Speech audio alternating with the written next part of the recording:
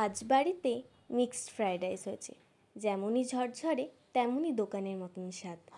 প্রথমেই মাংসের সাথে আদা রসুন পেস্ট, নুন, গোলমরিচ গুঁড়ো, ভিনিগার আর সয়া সস দিয়ে ভালো করে ম্যারিনেট করতে হবে। তেমনই চিংড়ি মাছটাকেও একইভাবে ম্যারিনেট করে নিচ্ছি। আর এইদিকে ভাত বসিয়ে নিয়েছি, আর একদিকে ম্যারিনেট করা মাংসগুলোকে ভেজে নিয়েছি। সাথে চিংড়ি মাছটাকেও ভালো করে ভেজে নিয়েছি। আর কড়াইতে দুটো ডিম ফাটিয়ে ডিমের ভুজিয়া করে নিয়েছি। এইদিকে ভাতটা হয়ে গেছে, পরিমাণ মতো নুন দিয়ে ভাতটাকে নামিয়ে নেব। আর ফ্রাইড রাইসের তো কাজু কিশমিশ দিতেই হয়, তাই এইগুলো ভেজে তুলে নিয়েছি। এবার কড়াইতে অল্প সাদা তেল আর ঘি দিয়ে তেজপাতা, গোটা গরম মশলা, আদা রসুন কুচি দিয়ে হালকা ভেজে বিনস, গাজর, কাঁচা লঙ্কা কুচি সাথে ক্যাপসিকাম দিয়ে দিয়েছি। এবার ভেজে রাখা মাংস, চিংড়ি মাছ, ডিম ভুজিয়া, কাজু কিশমিশগুলোকে একে একে দিয়ে দেব।